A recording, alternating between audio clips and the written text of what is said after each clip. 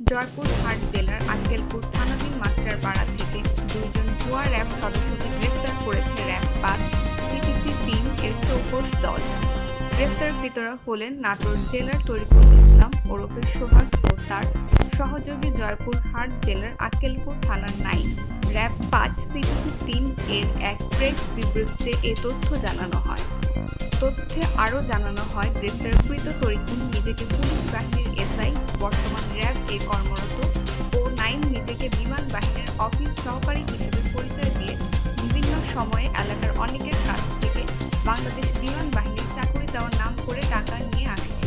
ঘটনার সূত্রে জানা যায়, তরিকুল ও নাইম জনৈক আজিজুল নামে এক ব্যক্তির নিকট বাংলাদেশ বিমান বাহিনীর সিভিল গাড়ি চালক পদের চাকরি দেওয়ার নামে 12 লক্ষ টাকার বিনিময়ে মৌখিকভাবে চুক্তিবদ্ধ হয়ে 13 জুলাই ভোর 4:30টায় জয়পুরহাট জেলার আক্কেলপুর থানাধীন মাস্টারপাড়া এলাকার বিমান বাহিনীর সিভিল গাড়ি চালক পদের পরীক্ষার প্রশ্নপত্র দেওয়ার নামে অগ্রিম 26,300 দাবি করলে জনৈক আজিজুল এর মনে সন্দেহের সৃষ্টি হয়।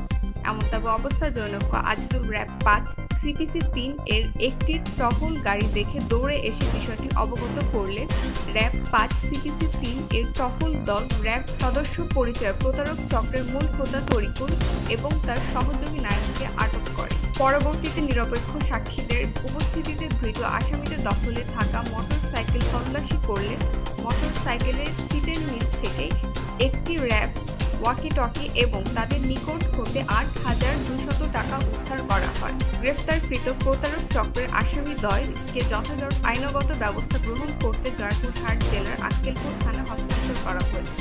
তথ্য ও চিত্রে জয়পুরহাট থেকে নাহিদ আক্তার।